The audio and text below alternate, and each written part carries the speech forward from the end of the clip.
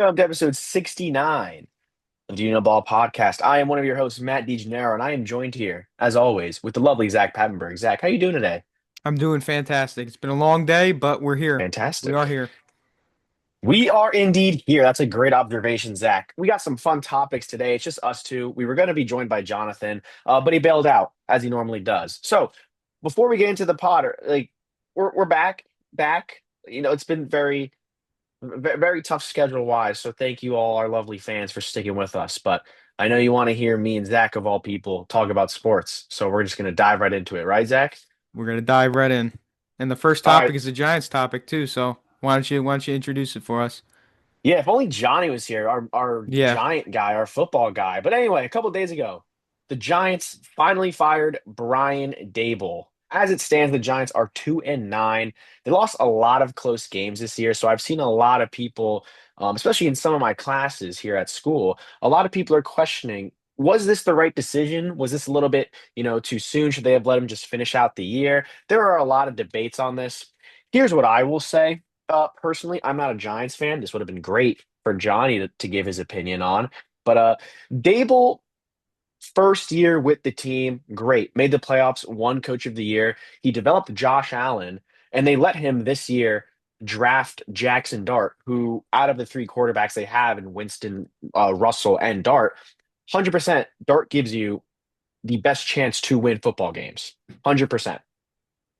So you let Dable go out and draft what is probably the franchise quarterback, but now you fire him. And it really makes me wonder, is that going to hurt the development, the progression of Jackson Dart? He developed Josh Allen when he was on the Bulls, Brian Dable.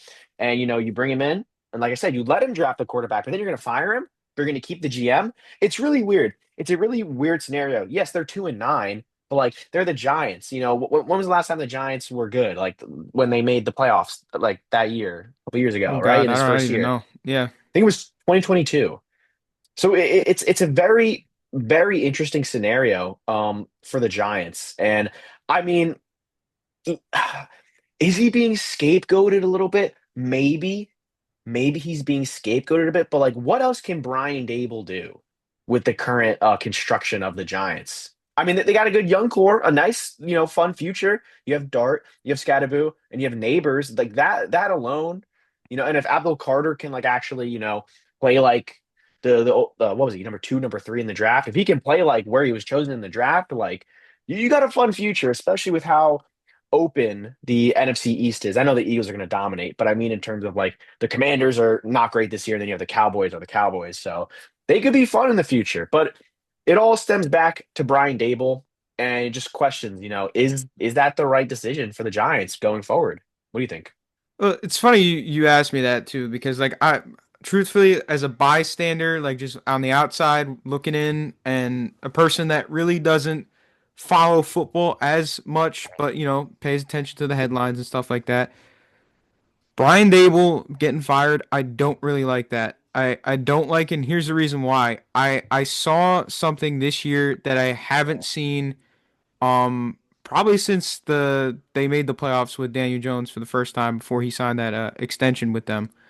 Um it's been a couple years since I've seen Brian Dable the way that he was on the field with Jackson Dart and like sharing the connection the two had, not just him, but with like the connection that Dable had with all the other players on the team. Like I feel like you just took away something that was good, and I don't think that them being 2-8 this year is on Dable's shoulders. In fact, I don't really think it's on anybody on the Giants' shoulders. I think it's just simply put bad luck. You had so many injuries to start the year.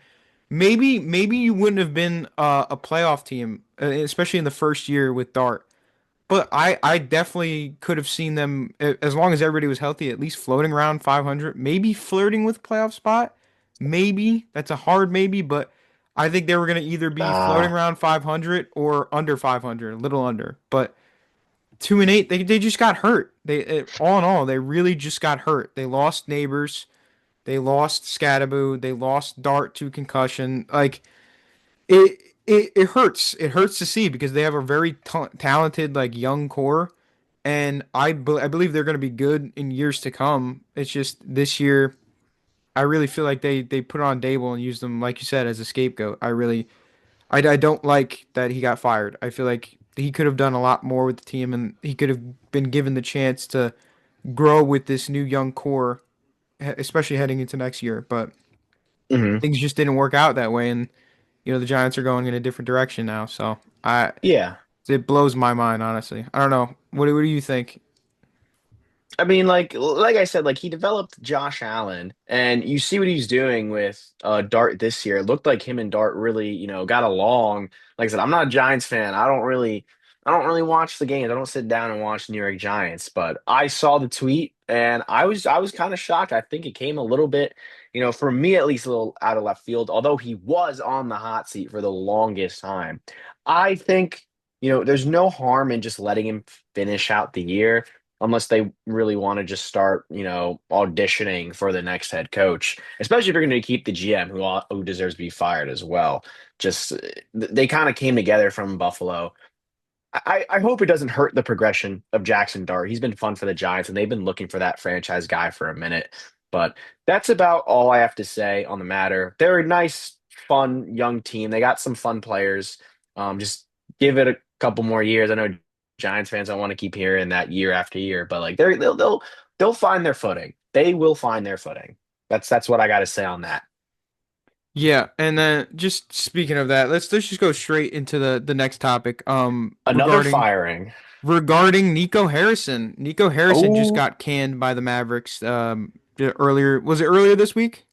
Um yeah, it was a or couple days okay. ago. A couple days ago, Nico Harrison got canned by the Mavericks, and all I can honestly do is just sit back and laugh. It's honestly a funny thing. It's super, It's super about funny time. because you think back to last season and like the press conference after the Luka trade and him just saying, well, we see defense wins championships, when we see what I actually put on the court next year and we're actually competing for a title next year, you guys will think twice.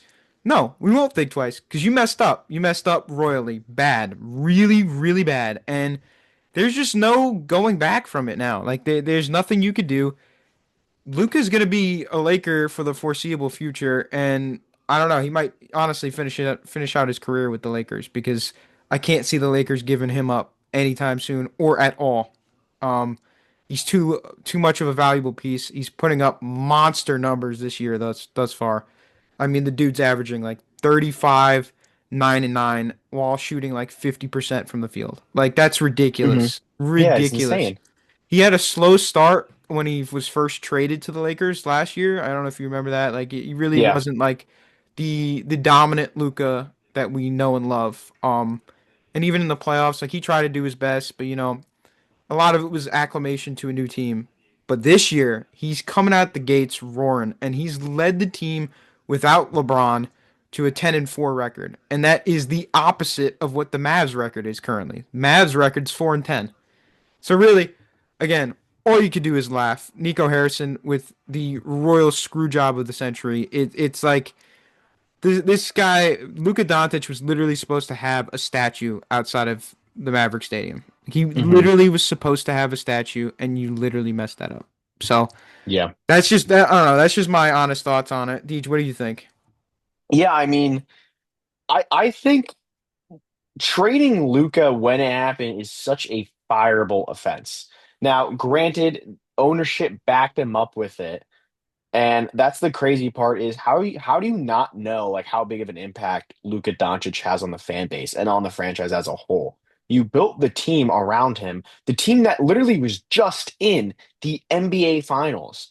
I don't understand like what goes through your mind. Like I don't know. It's so confusing, and I still remember exactly where I was when the trade went down, and it was so bad that everyone thought that it like Shams got hacked. That's how bad it was, and I can't recall anything ever coming close to that. Maybe for the foreseeable future. That's just insane. And Nico Harrison preached defense wins championships. Well, guess what, Nico? I mean, you said time will tell, and you're gone. Like you don't have a job. I would be surprised if any front office picks him up, whether they have faith in him or not. I just think the fan backlash from that move would ruin a franchise. So I don't think any team is going to touch him with a 10-foot pole in the near future, at least. But like you can't trade a player of Luka Doncic's caliber. You just can't. Like he that is generational. Like you said, he was supposed to have a statue. But like, hey. Mavs fans, you got Cooper Flag. I mean, you're bad this year. Only, I mean, AD's been hurt, and Kyrie hasn't been playing, I believe. So like I guess if you want to say that, sure. People are blaming Jason Kidd. I think I wouldn't blame Jason Kidd. I think he's a great coach. Maybe that's some bias I have as a Mets fan, but give it some time. I don't think you can win a championship anymore without Luca, but like your team is definitely not bad. All healthy, and you get Cooper Flag to develop. It's fun. Was it an inside job by the NBA? That's a topic for a different day. Who knows? Who knows if that Luca trade was staged or not? But I think it's very deserved for Nico Harrison to get fired. I think he should have got fired the moment he traded Luka Doncic. That's just you cannot do that in sports. Simply put, that's all. Yeah, I agree. I agree. And like also if the Mavs like truthfully thought like granted Cooper Flag, number one pick in the draft, terrific basketball player. But if they Yeah. really thought they were gonna fill the void of that young like spark plug that Luca was when he first walked into the building with Flag and just like pretty much put him in there with the new chips and new pieces they got from the previous season and think that it was going to be like the same thing. No, it's not. It's not because Cooper Flag, although he's a terrific young good player, he's not Luka Doncic. That's the issue. That's the thing with this whole thing. But we're gonna move into the baseball world now, Oh, baseball. and a new signing literally just happened yesterday. Josh Naylor is now back with the Mariners. He signed a 5-year deal worth around $93 million. It had a no trade clause and it had a $6.5 million signing bonus. So, you know what? Initial thoughts on this is really just good for the Mariners. Good for the Mariners because you needed a first baseman. The first baseman market is thin as it is, and you got your guy. The dude when he came over, Naylor put up numbers. He averaged around 300. I think it was 299. Hit a couple bombs. I think it was around 8 and had like 30 RBIs, a little over 30 RBIs. So um, he did great. He really did great when he joined the Mariners, and they went out and they got their guy. So I mean, there's really not much for me to say on this besides that. I mean, like he's gonna be a dog, and he's gonna get on base for the Mariners a lot next year, and be a very good offensively for them. But we're gonna just have to see how the first baseman market honestly thins out Yeah. and shapes up because it the options are very thin, and I will get into that in the next topic. But I'm gonna Oh. pan it over to you, D. Just what's your thoughts on Naylor going back to the Mariners? Yeah, so I love it for the Mariners. I think the Mariners are definitely a team that can probably win the American League West again, maybe even the entire American League next season. You never know. So I think this is great for them, and I think Josh Naylor is very, very underrated. I think he puts up like close to elite stats, and I believe that's like around $18 million if my math is correct, per Google. We're gonna roll with that. That is a great deal for Josh Naylor. He is so gritty. He does like all the like it's just so good. I don't know like what else to say without me just glazing it. Like I'm not the Yeah. biggest fan of Josh Naylor, given I am a Yankee fan. And there's some beef there, but I think it's an absolutely great move for the Mariners. And look, going into the next topic, it's going to be about Pete Alonso. Pete Alonso's like base now is at least set at that. Like Pete Alonso, I think universally we can agree is a better player than Josh Naylor or has more impact than Josh Naylor. That's Pete's base now. Like Pete's 100% going to be looking for more. And like that's such like a great deal for Naylor, dude. Like props to the Mariners. And you still have some great players on your team. Maybe they bring back Suarez. Who knows? I mean, obviously you have Raleigh, their pitching staff. You have Julio. Like that's a great team. And I think that's such a good signing for the Mariners to bring it back and lock him down for the foreseeable future because the first base market. I mean, other than Pete and Naylor, what is there? Goldschmidt, like, There's not like, much. like There's really the market is so maybe thin, Bellinger. especially I this don't year. know. I mean, if Yeah, you want to go that route, that's you know, again, you're gonna stick him at not a new position because he's played first before, but like just played the whole last year in the outfield. So like he's got more reps now in the outfield, more experience in the outfield, and now you're gonna slot him back at first base. I feel like it's gonna be too much of a culture shock for him, or he might be just fine. You know what? He might honestly be great, but the first base market is just not there. It really isn't. Yeah. And the Mariners did what they needed to do and they got Naylor. But now, like, now that Naylor's off the market, what's in store for the Mets, truthfully? What is in Uh, store for the Mets? I'm looking at Naylor stats real quick. I mean, just to say it, 295 average, 20 home runs, 92 RBIs, 815 OPS. And for someone who is like a bigger guy, if you know what I mean, like he's 5'10", 235, 30 stolen bases. Like Yeah, actually, that that's probably a stat for him that probably went under the radar because I didn't even know that he had 30 bags this year you got a or this first past baseman year. stealing, yeah, you got a first baseman stealing 30 bags. That's crazy. That is crazy. I mean, hey, like good for the Mariners. That's all I'm gonna say. That's such a good Good for the signing for them. Mariners. And Yep. he's such a spark plug. He became an instant fan favorite the moment he got there. Like good for them, good for Naylor.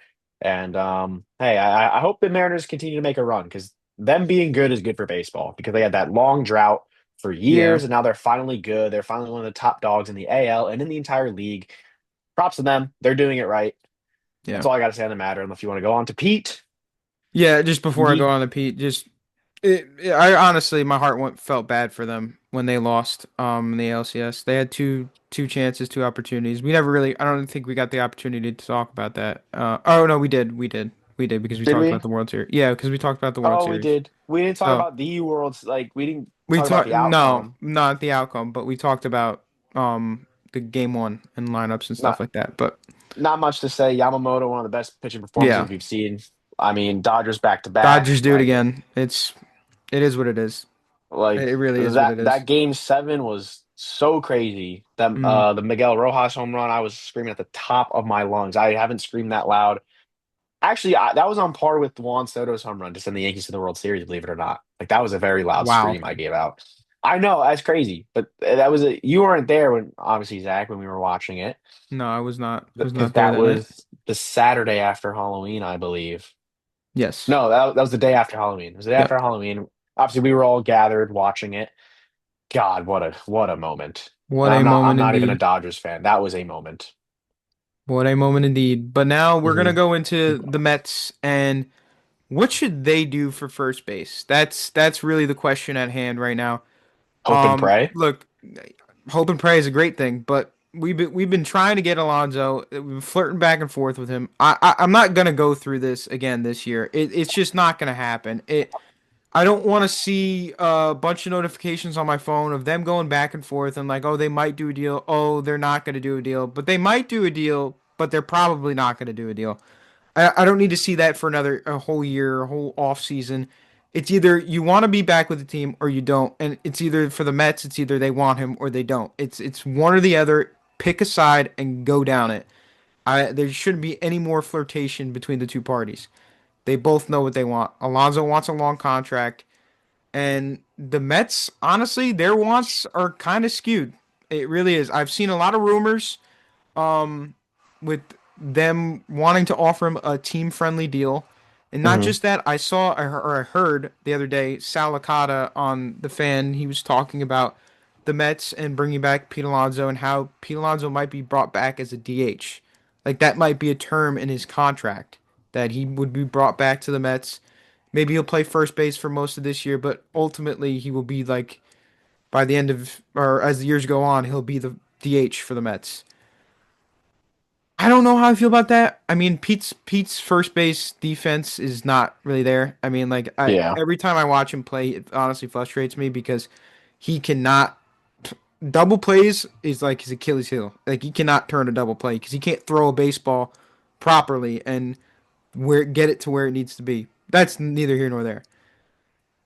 Point is, Pete, we just can't do this again with Pete. Just sign him. If you're gonna sign him, bring him back. If you're gonna bring him back as a DH, and that's the way we're gonna offer it to him, Pete's not coming back. I hate to say it. If that's the Hmm. terms, Pete's not coming back. Yeah. And then you're just left pondering, wondering what you're gonna do. You can't look within. If you go within, might as well just end it all. End it all because the whole it just you can't do that. We can't have Mark Vientos play first base. We can't slot Brett Beatty, maybe. I don't even know. I don't even know who we would go with. Maybe Brett Beatty slots to first base.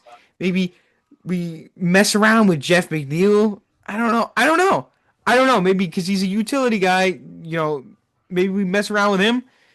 I don't know. I don't know who we would go with within, but it can't be within. It has to be somewhere outside. So Hmm. if it's not Alonso, I don't know who it is. So with that being said, Yeah. it needs to be Alonso. We unfortunately, not unfortunately, honestly, because Alonso had a great year, but we need to get Alonso because there's no better option. There's Hmm. point blank, no better option. Yeah. And, I mean, and yeah, no, go ahead. I'm sorry, I I didn't was mean just to cut you say, off. I think like the next best option for the Mets was Josh Naylor, and I'm glad Yeah, they're kind of like back to back these topics because it's like now Naylor's off the board. It's more yeah. pressure for the Mets to get a deal done because because if they don't get Pete back, which I personally don't think they will, that's not me trolling. I genuinely don't think Pete's coming back. Just there's a lot of disconnect. Like he wanted his contract last season, like you should just gave it to like the long term. It's Mm. I've seen a lot of reports with the Red Sox, maybe. I think that kind of makes sense considering Casas is like dead or whatever. And that sucks for me as a Yankee fan. Like obviously I would rather have Pete stay with the Mets than join my division. But I don't know. Naylor's off the board. Like, do you let Pete walk? Which I kind of think they do because it's like this clear core is like not working. You added Soto, and you had such high hopes, and you still don't make the playoffs, or you don't make the playoffs this year. It's like something has to change, and in their head, they might be like, maybe we get rid of Pete and allocate the money elsewhere to build a more sound roster. I'm not the Mets fan, so like I don't know. I Well, can see Paul look, Goldschmidt. if Paul you if Goldschmidt's a Met next season. I could totally I see can that. honestly see that too, because That would be so for funny. some godforsaken reason, the Mets like to pick off Yankee scraps a lot, They need to more sell often than not. tickets. But Former Yankee, yeah, they um, got to sell tickets somehow. stop talking like that. Sorry. Okay, Stop I talking like that. apologize. I apologize. But it's just Pete Pete's gonna want the money and he's gonna want the contract and he's gonna want to be Hmm. the first baseman for the Mets. And if all those things are not, you know, guaranteed when he puts that his name on the dotted line, he's not coming back. And then, I mean, the only outside option that is coming to mind and that would be really viable and maybe decently good, Bregman. Maybe you could slot Bregman at first and keep the tandem between Beatty and Vientos going at third. But how much would that change? How much would that fix? You're not getting nearly as much offensive production out of Bregman as you would Alonso. And also you're slotting a third baseman into a first base position, which again is like, come on, like we just get Pete back. That's where I'm gonna leave it, and that's what I'm gonna say. Just get Pete back because there's Okay. not many options out there, and might as well lock down one that you know is gonna be a first baseman. No one, knowing, excuse me, someone you know you could rely on at first base. The Yankees. What is there to talk about the Yankees, man? What isn't there to talk about the Yankees? I gave a whole report in one of my classes. I gave a speech about why the Yankees should go out and sign Kyle Tucker. And we are unfortunately really low on time, or I would love to recite the whole thing. But do I think they're going to get Kyle Tucker? No. I mean, I think he's a Dodger. Why wouldn't he be a Dodger? They need outfield help. They just won the World Series. They defer everyone's contract. Why wouldn't he be a Dodger? They're not going to get Kyle Tucker. As much as I would love for that to happen, they're going to bring back Bellinger. I think. I just that's so obvious. Grisham, does he take the qualifying offer? I think that's due tomorrow. So by the time this pod's up, the decision will be made. I don't know. I don't think he will. I think Grisham had such a great year. He might want stability from a different playoff team. I don't know. I think the Yankees will let him go, and then you have an outfield of what Dominguez, Bellinger, and Judge. I think they really want Dominguez to start flourishing, which I would prefer as well. I mean, you get Garrett Cole back, and then you have a rotation of what? Cole, Fried, Rodon, Schlittler, and then who's the five? Heel. That's a very good rotation. That's a very good rotation. It's just can people stay healthy? Is Garrett Cole still going to be Garrett Cole? Um, can Rodon continue to be good? Max Fried, I have no concerns about. What will Schlittler look like in his sophomore year? Hopefully, great. I don't think he qualified as a rookie. I might be wrong on that. I hope I am. I would love for him to be rookie of the year next year. All in all, the Yankees window is closing. This could very well be the last year of the Yankees like window with Aaron Judge, and that's because like, I've been saying for so long that if the Yankees don't get Kyle Tucker, then they won't win a World Series with Aaron Judge or this current era. And that's not me saying that Kyle Tucker is the missing piece for the Yankees. It's the last piece available to put the Yankees in the right direction. Because clearly, star power wins you championships. It's no coincidence that the one year they add Juan Soto, they make the World Series. So, like, who else is available after Kyle Tucker? Once Kyle Tucker's gone, like who's available? Every player is signing these long term, contracts or signing their career away. That's why Soto was such like a need, such a necessity. And I mean, you can't get Juan Soto again, but you can damn near get the closest thing to him, maybe, which is a Kyle Tucker. And like, if you want to make arguments, Tucker's a better fielder, better base runner, blah blah blah. You can make those arguments, sure, whatever. Soto's a better player, but still, like, that's the best way you can recreate Juan Soto is Kyle Tucker, which is why I really think that they need to prioritize Tucker. Um, they should get both Bellinger and Tucker, but if it comes down to one person, it should be Tucker, but it's not going to be. It's going to be Bellinger. I know how the Yankees operate. I'm not getting my hopes up. Like I don't know what else the Yankees can do. Like you got to get rid of Volpe. I mean, Volpe he's such a hole in your lineup. I mean, like Wells didn't have the greatest year, but like I'm okay with him in because he's such a good catcher, and catcher is the one position you can bite the bullet for. Ben Rice being your first baseman for the future, great. Like he had a great year. I love Ben Rice. Then you have McMahon at third, which is another hole, but like they love his defense. I don't know how. I don't know. I don't know. They could DFA him maybe mid-season because he's such a bad bat, kind of like a DJ LeMahieu type situation. I can see that happening. Then there's another hole in third base. I don't know. Yankees are a mess. There's not much to talk about because there's not a lot of concrete info right now. It's all rumors. Offseason just started, with the Naylor bomb, and hopefully more happens. And as our good buddy Dan Bartel said, the offseason is what's killing baseball because it's so slow. Every other sport, NBA, like boom, signing, signing, signing, signing, signing, like left and right, trades left and right. And MLB is so slow, super, super slow. So that's my thoughts, my early thoughts on the Yankees offseason, what I want them to do, what I think will happen. I think it'll genuinely just be a good mix of running it back. Actually, that's what I think. I think they're gonna run it back with like the addition of like two bullpen arms and like maybe one bench bat. I think the Yankees are gonna run it back. But like I said, it's not concrete yet. There's no info. We're going to talk about the Yankees a lot more this offseason and more in the pod as we go on once there's more concrete news. Because no one wants to hear about the Mets. Everyone wants to hear about the Yankees. So that's what we will wait for and see. But that is my preliminary thoughts on the Yankees. Yeah, it's gonna be interesting to see how Yeah. the offseason shakes up, not just for the Yankees, but for many teams this year. Yeah, a lot of rambling, but like that's just my thoughts. Yeah, I'm excited for winter meetings coming up. I'm excited for off-season moves. Hopefully we get a bunch of them and they all start coming in flurries now that Naylor was like the first really big guy to go. Um I hope we get some content that we could bring you guys and we could give our opinions and thoughts on some moves and you know signings and stuff that goes on throughout the winter and in the off season. But with that being said, that about does episode 69 of the Do You Know Ball podcast. But we will catch you guys next time for episode 70.